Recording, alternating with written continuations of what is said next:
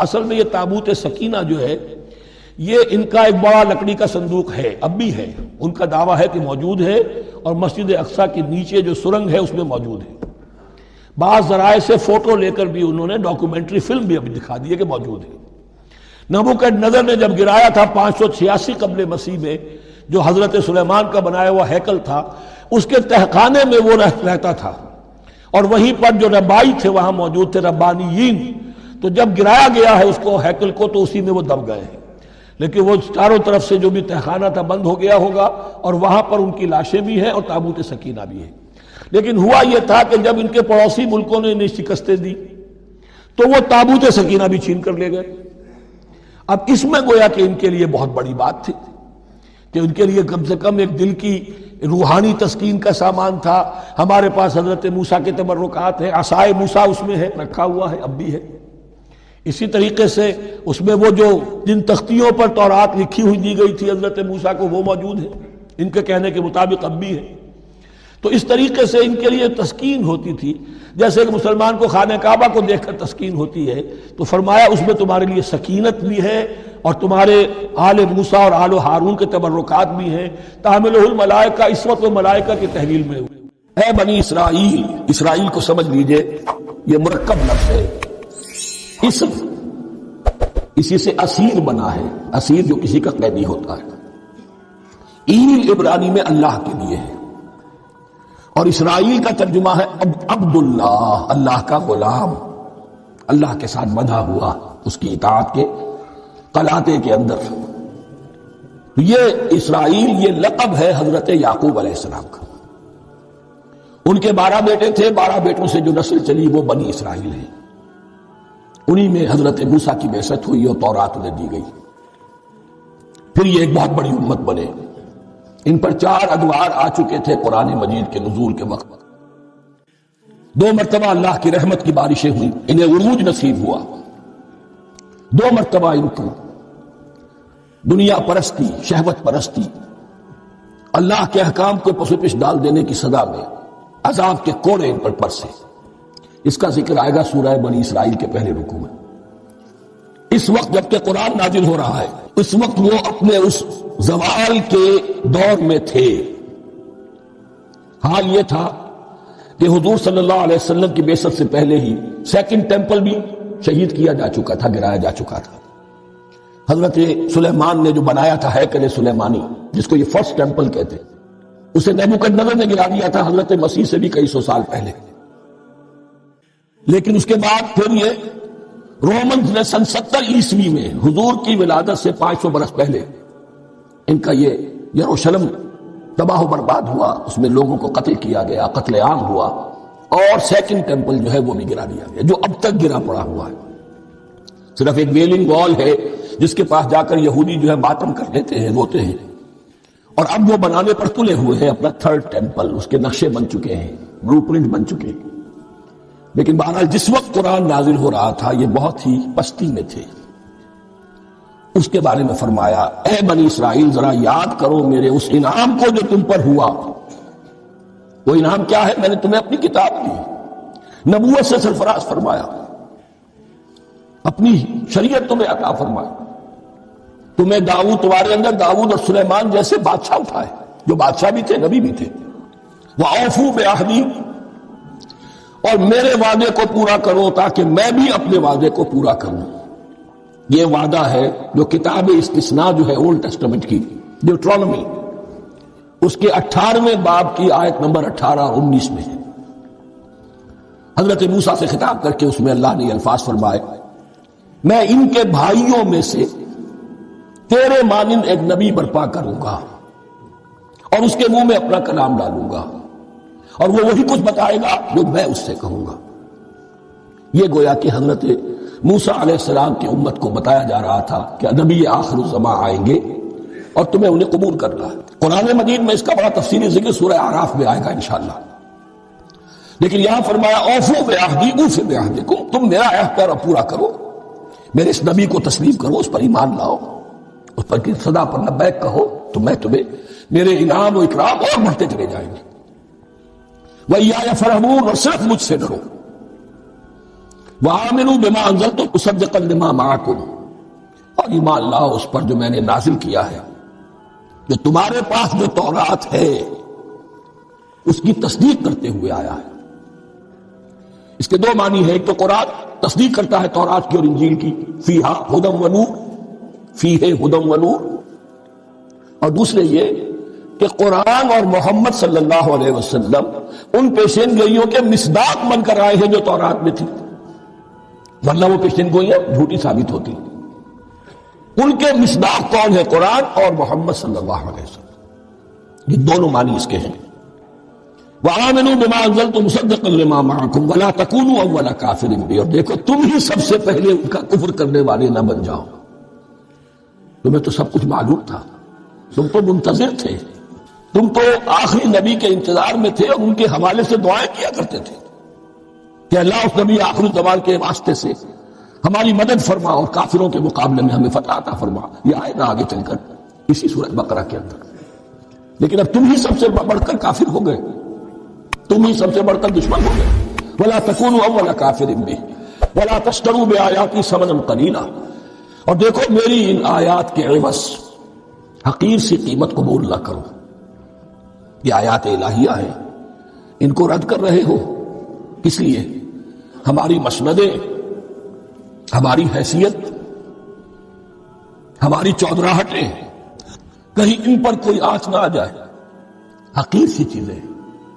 یہ صرف اس دنیا کا سامان ہے، اس کے سوا کچھ نہیں۔ وَلَا تَشْتَرُوا بِآيَاتِي ثَمَنًا قَلِيلًا وَإِيَّايَ فَاتَّقُونِ، اور صرف مجھ سے تقوی اختیار کرو، میرا تقوی اختیار کرو۔ وَلَا تَلْبِسُوا الْحَقَّ بِالْبَاطِلِ وَتَكْتُمُوا الْحَقَّ وَأَنْتُمْ تَعْلَمُونَ، اور نہ گڈمڈ کرو حق کے ساتھ باطل کو، اور مت چھپاؤ حق کو، ذرا حالے کہ تم جانتے ہو۔ یہ بات اچھی طرح نوٹ کرنی ہے، جانتے بوجھتے کرنا، ایک ہے مغالطے میں کرنا، وہ ضلالت ہے، گمراہی ہے۔ ایک جان بوجھ کر کرنا، حق کو پہچان کر اسے رد کرنا،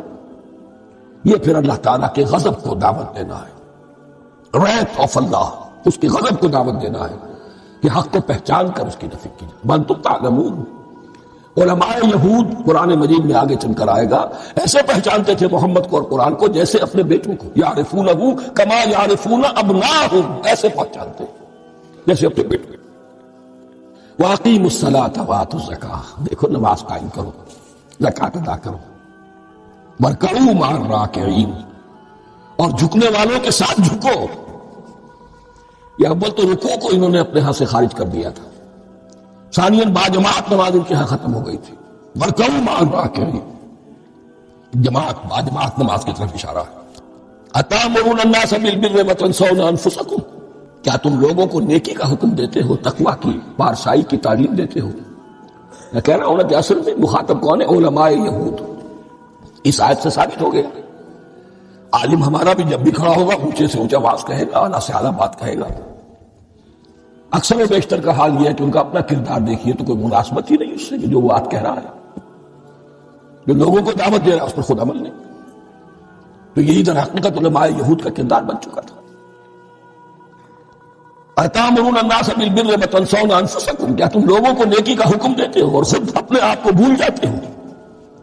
وَأَنْتُمْ تَتْلُونَ الْكِتَابَ، اور یہ سب کچھ تم کر رہے ہو اس حال میں کہ کتاب پڑھتے بھی ہو، تورات پڑھتے ہو، صاحب تورات ہو۔ ہمارے بھی بہت سے علماء کا علماء سو جنہیں ہم کہتے ہیں حال یہ ہو چکا ہے، خود بدلتے نہیں قرآن کو بدل دیتے ہیں، ہوئے کس درجہ فقیہان حرم بے توفیق۔ وَإِذْ نَجَّيْنَاكُمْ مِنْ آلِ فِرْعَوْنَ يَسُومُونَكُمْ سُوءَ الْعَذَابِ يُذَبِّحُونَ أَبْنَاءَكُمْ وَيَسْتَحْيُونَ نِسَاءَكُمْ وَفِي ذَلِكُمْ بَلَاءٌ مِّن رَبِّكُمْ عَظِيمٌ۔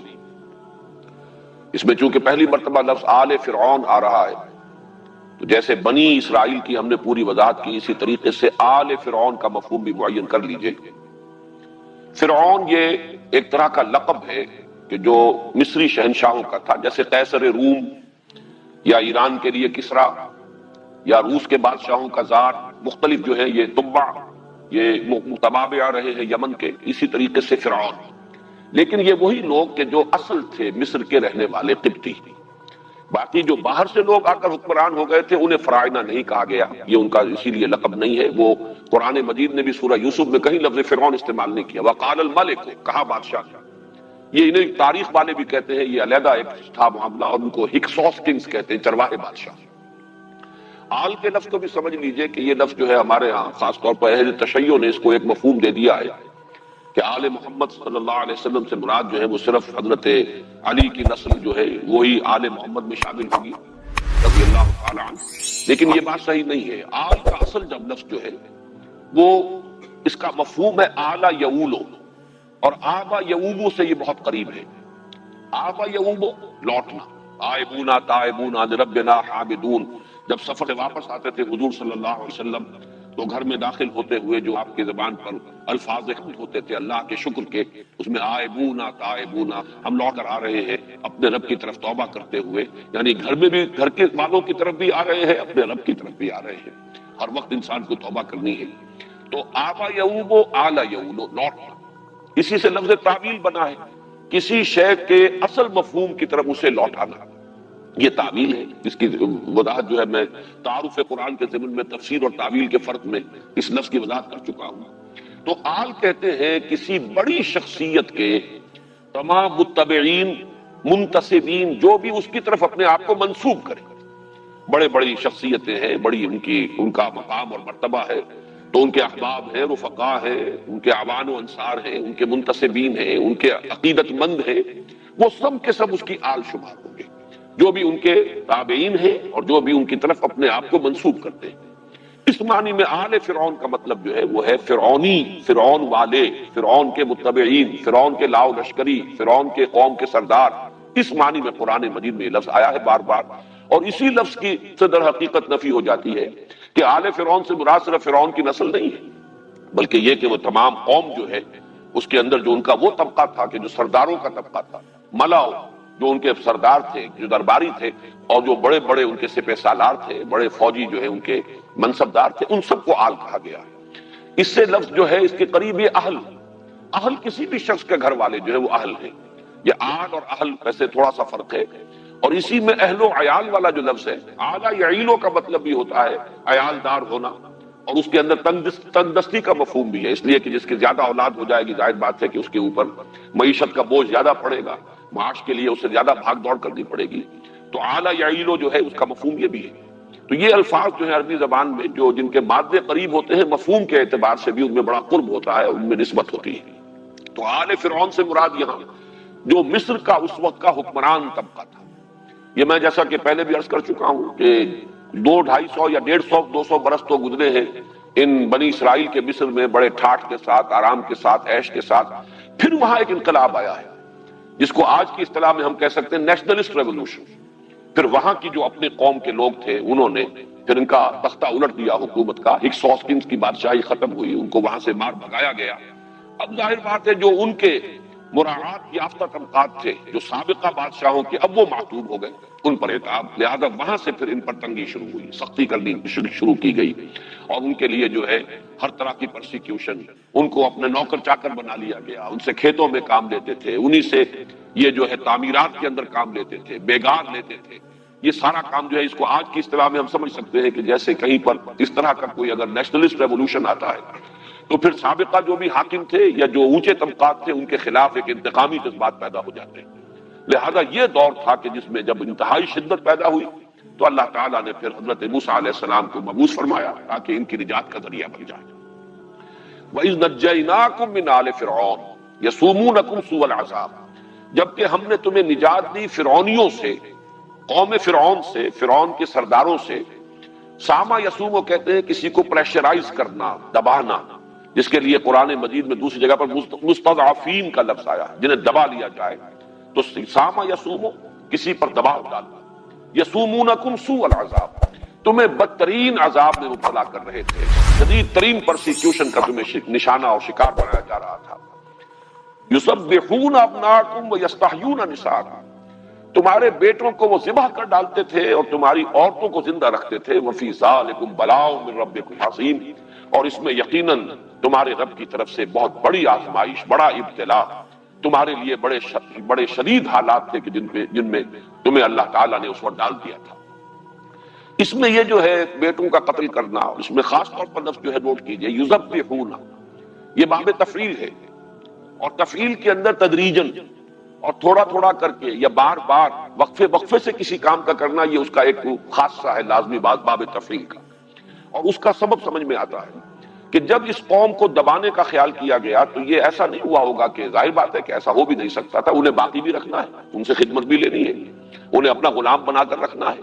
استخدام جو ہے وہ مقصود ہے، تو انہیں ختم تو نہیں کر دینا. تو جیسے جیسے وہ دیکھتے ہوں گے کہ یہ قوم اب پھر ذرا پنپ رہی ہے تو پھر ان کے ایک نسل کو قتل کر دینا کہ اب فلاں وقت تک کے لیے جتنی اولاد ان کے ہاں پیدا ہو نرینہ اسے قتل کر دیا جائے. تو گویا کہ یہ اس قوم کی طاقت کو توڑنے کے لیے پے بپے وقفے وقفے سے اس قسم کے اقدامات ہوئے ہیں. اسی لیے یذبحون ابناءکم، وہ ذبح کر ڈالتے رہے تمہارے بیٹوں کو، یعنی یہ انداز اختیار کیا گیا ہے کہ یہ پے بپے ہوا ہے. اور دو مرتبہ کا جو ہے اس قسم کا معاملہ یہ تو قرآن مجید سے ثابت ہے. ایک تو یہ کہ حضرت موسیٰ علیہ السلام کی بعثت سے قبل قرآن مجید میں اشارہ ہے موجود، اور دوسری روایات میں تفصیل موجود ہے کہ خواب دیکھا تھا فرعون نے کہ کوئی ایک ایسا بچہ پیدا ہوا ہے کہ جو اس کے تخت کے لیے اور حکومت کے لیے خطرہ بن گیا ہے. تو اس کے بعد اس نے یہ فیصلہ کیا کہ یہ بنی اسرائیل میں جو بھی بیٹا پیدا اسے قتل کر دیا جائے. چنانچہ قرآن مجید میں وضاحت سے ہے کہ موسیٰ کو اللہ تعالیٰ نے وحی فرمائی، اوحینا الی موسیٰ ان اقذفیہ ہے، کہ اس کو اپنے بچے کو جب تک تو کوئی تمہیں اندیشہ نہ ہو دودھ پلاتی رہو، اپنے پاس رکھو. جب بھی کہیں پکڑ دھکڑ دیکھو کہ کوئی تلاشی ہو رہی ہے اور کوئی کارندے فوج کے پیادے آ گئے ہیں حکومت کے تلاشی لیتے ہوئے کہ کوئی بچے اس دوران میں تو پیدا نہیں ہوئے ان کے ہاں، تو اسے صندوق میں رکھ کر اور دریا میں ڈال دینا. یہ ہمارے ذمے ہے، ہم اس کی حفاظت کریں گے اور تمہارے پاس لوٹا کر بھی لے آئیں، رادوہ الیک، ہم لے آئیں گے واپس تمہاری طرف. تو اس اعتبار سے یہ ایک تو اس موقع پر ہوا ہے. دوسرے خود قرآن مجید سے یہ ثابت ہے سورہ اعراف میں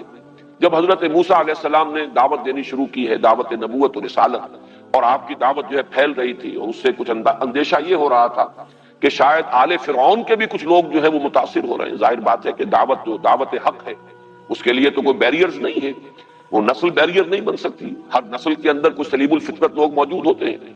تو یہ کہا کچھ سرداروں نے، کچھ درباریوں نے کہ اے فرعون، کیا تو اس کو موسیٰ کو اسی طرح چھوٹ دیے رکھے گا؟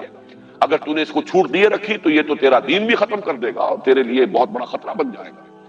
تو چونکہ اس کو یہ بات بھی سمجھ لیجئے کہ دو فرعون ہیں. اب جدید تحقیقات سے ثابت ہوا ہے کہ فرعون موسیٰ ایک نہیں ہے.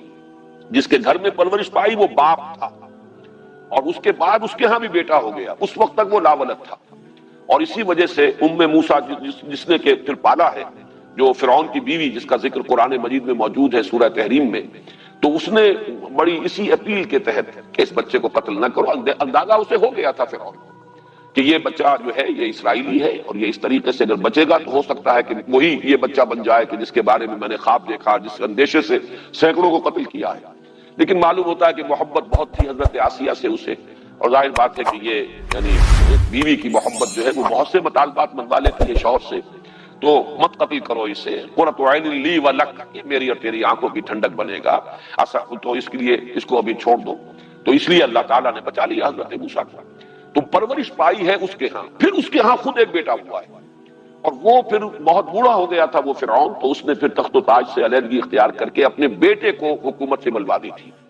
حضرت موسیٰ جب واپس آئے ہیں مدین سے اور راستے میں پھر نبوت سے سرفراز ہوئے ہیں اور حکم ملا ہے کہ جاؤ اذهب الى فرعون انه طغى، تو یہ دوسرا فرعون ہے، بیٹا. اور یہ فرعون جو ہے یہ پلا ہے حضرت موسیٰ کے ساتھ، اور اسے انتہائی محبت تھی، جیسے کہ بڑے بھائی سے چھوٹے بھائی کو محبت ہوتی ہے، حضرت موسیٰ سے بڑی طبعی محبت تھی. لہذا جب کہا گیا درباریوں کی طرف سے کہ اسے مت چھوڑے رکھو، موسیٰ کو موقع نہ دو، یہ تو تمہارے دین کو بدل دے گا، فساد کھڑا کر دے گا زمین میں، تو اس نے کہا نہیں گھبراؤ نہیں، یہ کیا ہے بنی اسرائیل سے ہمیں اندیشے کی کیا بات ہے، ہم ان پر پوری طریقے سے قابو یافتہ ہیں، چلو شروع کر دو، پھر دوبارہ قتل کر دو ان کے ہر بیٹے کو جو ان کے ہاں پیدا ہو، طاقت ہی نہیں ہوگی تو ہمارا کیا بگاڑ لیں گے. تو معلوم یہ ہوا کہ یہ دو جو ہے ادوار تقتیل کے، قتل کرنے کے، اس لیے کہ یہ لفظ جب آیا ہے سورہ اعراف میں بھی تو یذبحون ہی کی طرح وہاں بھی باب تفعیل کا صیغہ آیا ہے، یقتلون ابناءکم، باب تفعیل یہاں بھی تسبیح یذبحون ابناءکم، وہاں بھی یقتلون ابناءکم. تو محسوس ایسا ہوتا ہے کہ یہ دو تو میں نے ہی آپ کے سامنے خود قرآن مجید کے حوالے سے ادوار گنا دیے ہیں کہ جس میں یہ حکم جو ہے عام کر دیا گیا کہ اسرائیلیوں کے ہاں جو بیٹا بھی پیدا ہو کسی بھی اسرائیلی عورت کے ہاں اسے قتل کر دیا جائے، لڑکیوں کو زندہ رکھ لیا جائے، اس لیے کہ وہ تو حرم میں بھی داخل کی جا سکیں گی، ہمارے ہاں نوکرانیوں کا کام بھی کریں گی، خدمت بھی کریں گی، اور ظاہر بات ہے کہ ان سے اندیشہ نہیں کہ وہ ہمارے لیے کبھی کوئی تھریٹ بن سکے، کوئی خطرہ بن سکے۔ تو یذبحون ابناءکم ویستحیون نساءکم، یہاں ایک بڑا عمدہ نکتہ بیان کیا ہے مولانا اصلاحی صاحب نے کہ نساءکم کیوں کہا ہے، بناتکم کیوں نہیں کہا؟ اس لیے کہ اگر تو قتل کرتے بھی تو ظاہر بات ہے جیسے کہ لڑکوں کو قتل کرتے تھے جو نوزائیدہ ہوتے تھے تو قتل کرتے، تو عورتوں کو قتل کرتے، بچیوں کو قتل کرتے، لیکن بچی کا معاملہ جو نوزائیدہ ہو وہ اس طرح کا نہیں ہوتا جیسا کہ لفظ نساء ہے، اس میں ان کی غیرت کی طرف در حقیقت جو ہے اشارہ کیا جا رہا ہے، اس لیے کہ وہی بچیاں جنہیں وہ زندہ رکھتے تھے پھر وہی عورتیں بنتی تھی، پھر وہی ان کے حرم میں بھی داخل ہوتی تھی، انہی کے ہاں پھر جو ہے وہ کام کاج بھی کرتی تھی، تو گویا کہ اس طرح سے انتہائی بے غیرتی کا معاملہ تمہارے لیے ہو گیا تھا کہ تمہاری عورتیں جو ہے وہ اس طریقے سے اس حاکم قوم کے گھروں کے اندر چاہے تو وہ کام کاج کے لیے اور خدمت کے لیے اور چاہے ان کے حرم میں داخل کر لی جاتی ہوں گی جیسے کہ ہوتا ہے ظلم۔ تو یہ گویا کہ اس کی طرف اشارہ کیا گیا جو لفظ بنات سے بات پورے طور سے نکھر کر اور اجاگر ہو کر نہ آتی۔ یذبحون ابناءکم ویستحیون نساءکم، وہ ذبح کر ڈالتے تھے تمہارے بیٹوں کو اور زندہ رکھتے تھے تمہاری عورتوں کو، وفی ذالکم بلاء من ربکم عظیم، اور اس میں یقیناً تمہارے رب کی طرف سے بڑی ابتلاء اور آزمائش، تمہارے صبر کا بہت بڑا امتحان، تمہارے تحمل کے لیے بہت بڑی آزمائش تھی۔ چونکہ میں نے یہاں عرض کیا ہے کہ باب تفیل کا خاصہ ہے کہ تدریجاً وقفے وقفے سے کوئی کام کیا جائے، جیسے تنزیل اور انزال، بار بار اس کا ذکر ہوا ہے، تعارف قرآن کے جو لیکچرز تھے ان میں بھی میں نے بیان کیا۔ تنزیل ہے تھوڑا تھوڑا کر کے وقفے وقفے سے نازل کرنا، انزال ہے کسی شے کا دفعتاً نازل کر دینا۔ قرآن مجید کے لیے یہ دونوں الفاظ آئے ہیں اور ان کا جو مفہوم ہے وہ میں اس وقت بیان نہیں کر رہا، میں بیان کر چکا ہوں۔ یہاں آپ دیکھیے کہ ایک ہی جگہ پر وَإِذْ نَجَّيْنَاكُم مِّنْ آلِ فِرْعَوْنَ بھی آیا ہے، اور اس کے اگلی آیت میں ہے وَإِذْ فَرَقْنَا بِكُمُ الْبَحْرَ فَأَنْجَيْنَاكُمْ وَأَغْرَقْنَا آلَ فِرْعَوْنَ وَأَنْتُمْ تَنظُرُونَ۔ تو گویا کہ باب تفعیل بھی نجیناکم من آل فرعون اور انجیناکم، اور یہ ہے باب افعال، ہم نے نجات دی تمہیں۔ یہ دو الفاظ اور باب تفعیل اور افعال کے دو صیغے کیوں استعمال ہوئے، اس پر بڑی عمدہ گفتگو کی ہے مولانا عبد الماجد دریابادی نے، اور ایک حوالہ دیا ہے Hastings dictionary of the Bible, جو تحقیقیں ہوئی ہیں اہل تورات نے بڑی تحقیقیں کی ہیں، ان کے تاریخی جو ہیں حوالے بھی دیے ہیں۔ تو اس کا کہنا یہ ہے، جو بھی آتھر ہے ہیسٹنگ جس نے کہ وہ کتاب لکھی ہے، کہ محسوس ایسا ہوتا ہے کہ مصر سے ان کے قافلے مختلف اوقات میں نکلتے رہے۔ حضرت موسیٰ علیہ السلام کے زمانے میں تھوڑا تھوڑا کر کے قافلے جو ہے ان کے آتے رہے، اور وہ اس طریقے سے یہ ایک دم نہیں ایکسوڈس ہوا بلکہ وقفے وقفے سے ہوا ہے۔ تو یہ بات واقعتاً اگر ثابت ہو جائے تو پھر اس سے کہ قرآن مجید نے جو لفظ استعمال کیا ہے وَإِذْ نَجَّيْنَاكُمْ، اس کی جو ہے بہت ہی اجاگر ہو کر لفظ آتا ہے، فرق نمایاں ہو جاتا ہے، اس لیے کہ آخری پھر سب سے بڑا لشکر جو تھا بنی اسرائیل کا وہ تھا جو حضرت موسیٰ کے ساتھ نکلا ہے، اور اس کے لیے انجیناکم کا لفظ آیا، وہ تو دفعتاً ہوا ہے، ایک ہی وقت میں پوری قوم بقیہ جو ہے اس کو لے کر حضرت موسیٰ نکلے ہیں۔ تو میں جب یہ پڑھ رہا تھا تو میرا ذہن منتقل ہوا کہ بعین ہی یہی معاملہ تھا خود حضور صلی اللہ علیہ وسلم کا۔ آپ کو جب ہجرت کی اجازت ملی ہے تو پہلے جو ہے اجازت عام تھی، چنانچہ آپ نے مسلمانوں کو اجازت دے دی کہ یثرب کی طرف ہجرت کر جاؤ، قافلے جاتے رہے، ایک ایک قافلہ جا رہا ہے، پھر کچھ لوگ جا رہے ہیں، پھر کچھ لوگ چلے گئے، خود آپ آخری وقت تک ایکسپریس اپروول جس کو کہا جائے، یعنی اجازت جو ہے صراحت کے ساتھ اس کے منتظر رہے۔ تو معلوم ایسا ہوتا ہے کہ شاید وہاں سے بھی ایسا ہی ہوا ہو کہ ایکسوڈس جو ہے وہ پہلے کچھ مختصر قافلے وہاں سے جیسے جیسے موقع انہیں ملا ہے وہ نکلتے رہے ہوں، اور پھر آخری قافلہ جو ہے وہ حضرت موسیٰ علیہ السلام کے ساتھ نکلا۔ ویسے اس میں میرا ذہن ایک اور بات کی طرف بھی گیا ہے، اور وہ یہ کہ جو قرآن مجید کے دوسرے مقامات پر تفصیل آئی ہے، 7 معجزات ہیں جو آل فرعون کو حضرت موسیٰ علیہ السلام کے ذریعے سے دکھائے گئے۔ ویسے تو 9 ہیں معجزے حضرت موسیٰ کے، لیکن 2 معجزے تو وہ تھے جو ابتدا میں دیے گئے، اور جو کہ آپ نے جاتے ہی پہلے جو ہے فرعون کے دربار میں جب آپ پہنچے ہیں اور دعویٰ کیا ہے کہ میں اللہ کا رسول ہوں، اور اس نے کہا ہے کہ تمہارے پاس کیا ثبوت ہے، کیا سند ہے، تو وہ آپ نے عصا کا معجزہ اور اپنا وہ جو ید بیضا کا معجزہ، یہ تو دونوں اسی وقت جو دکھائے ہیں جب نبوت سے سرفراز ہوئے ہیں حضرت موسیٰ علیہ السلام، اسی وقت یہ دونوں معجزے عطا کر دیے گئے۔ لیکن بعد میں 7 اور ہیں، مختلف قسم کے عذاب آتے رہے۔ حضرت موسیٰ علیہ السلام کی دعاؤں سے پھر وہ ٹلتے تھے، کوئی عذاب آ گیا ہے، کہیں چیچڑیوں کا عذاب آ گیا ہے، کہیں میڈکوں کا عذاب آ گیا ہے، کہیں خون کا عذاب آیا ہے، کہیں ان کے اوپر قحط کا عذاب آیا ہے۔ تو مختلف قسم کے جو عذاب آتے رہے ہیں، اس سے تدریجاً آل فرعون پر حقیقت منکشف ہوتی چلی گئی کہ یہ موسیٰ کوئی عام آدمی نہیں ہے، ان کا دعویٰ صحیح معلوم ہوتا ہے، اور اس لیے یقیناً تدریجاً جو ہے ان کی پرسیکیوشن میں اور جو تشدد ہو رہا تھا بنی اسرائیل پر، اس میں کمی آئی ہوگی مجموعی اعتبار سے. تو گویا کہ وہ جو دباؤ تھا یسومونکم سوء العذاب، وہ دباؤ تدریجاً جو ہے اس میں ریلیف آیا ہے، تھوڑا تھوڑا کر کے اس کی شدت کے اندر کمی ہوئی ہے. اور پھر آخری نجات وہ ہے کہ جو پھر وہ ایکسوڈس جسے کہا گیا ہے کہ حضرت موسیٰ علیہ السلام کے ساتھ پوری قوم جو ہے وہ مصر سے باہر آ گئی. بہرحال یہ نجیناکم اور انجیناکم، یہ دو الفاظ آئے ہیں بہت قریب، اور قرآن مجید میں کوئی بھی فرق جو ہے لفظی وہ بغیر کسی بنیاد کے نہیں ہوتا، کوئی نہ کوئی سبب ہے، اس میں انسان غور کرے، فکر کرے تو اس کے بہت سے پہلو سامنے آ سکتے ہیں. تو فرمایا وَإِذْ نَجَّيْنَاكُمْ مِنْ آلِ فِرْعَوْنَ يَسُومُونَكُمْ سُوءَ الْعَذَابِ يُذَبِّحُونَ أَبْنَاءَكُمْ وَيَسْتَحْيُونَ نِسَاءَكُمْ وَفِي ذَلِكُمْ بَلَاءٌ مِّن رَّبِّكُمْ عَظِيمٌ وَإِذْ فَرَقْنَا بِكُمُ الْبَحْرَ فَأَنجَيْنَاكُمْ وَأَغْرَقْنَا آلَ فِرْعَوْنَ وَأَنْتُمْ تَنظُرُونَ. اب یہ دوسرا معاملہ ہے. اور یاد کرو جب کہ ہم نے تمہارے ساتھ پھاڑ دیا سمندر کو، یعنی سمندر کو پھاڑ کر تمہارے لیے راستہ بنایا. یہ در حقیقت وہ جب حضرت موسیٰ علیہ السلام نے ایک وقت معین کیا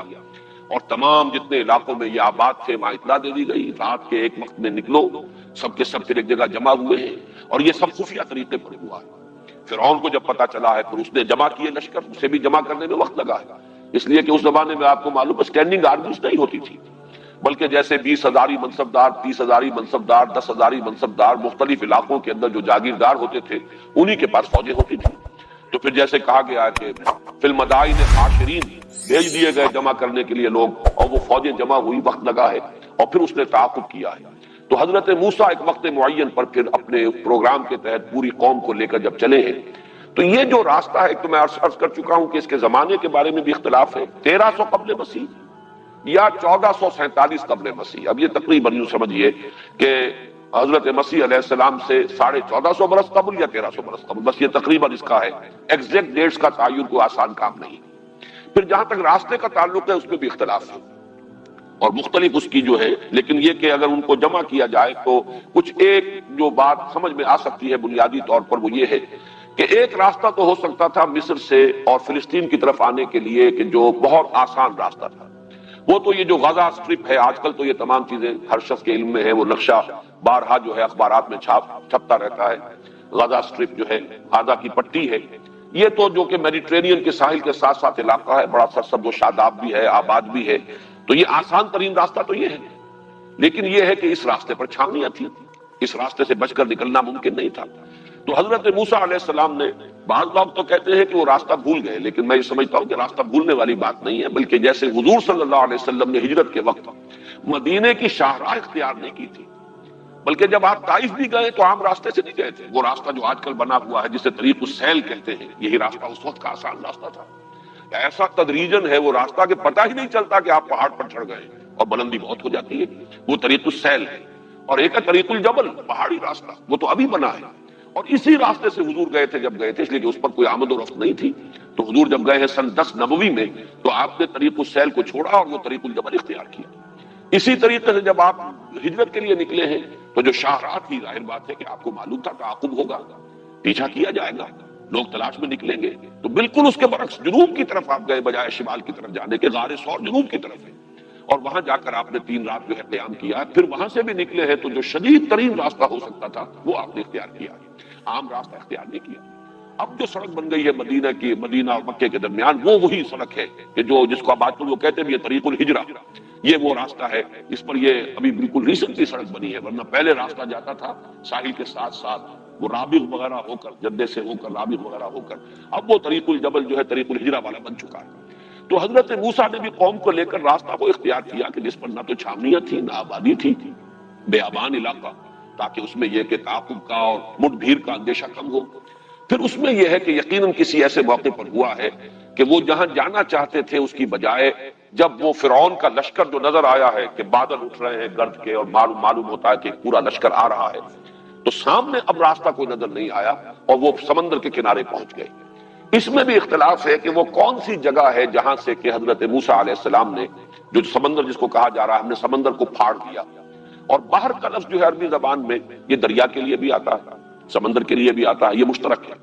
تو بعض ہمارے سابق جو دور کے مفسرین ہیں جو زیادہ جغرافیہ وغیرہ سے بھی اتنی زیادہ واقفیت نہیں رکھتے تھے، پھر یہ کہ ابھی یہ تاریخی حقائق کے جشن کا علاقہ کون سا تھا جس میں کہ یہ بنی اسرائیل آباد تھے، یہ بھی ابھی پوری طرح روشنی میں نہیں آئے تھے، تو عام طور پر کچھ یہ سمجھا گیا کہ شاید یہ دریائے نیل کو کراس کیا گیا ہے، حالانکہ دریائے نیل تو در حقیقت ان کے آباد جو علاقے تھے، ان کے جہاں یہ آباد تھے اس کے مغرب میں، انہیں جانا ہے مشرق کی طرف، تو دریائے نیل کو عبور کرنے کا تو سوال ہی پیدا نہیں ہوتا۔ انہوں نے عبور کیا ہے، اب دو رائے ہیں۔ ایک رائے تو یہ ہے کہ جو سویز کی خلیج آتی ہے، گلف آف سویز،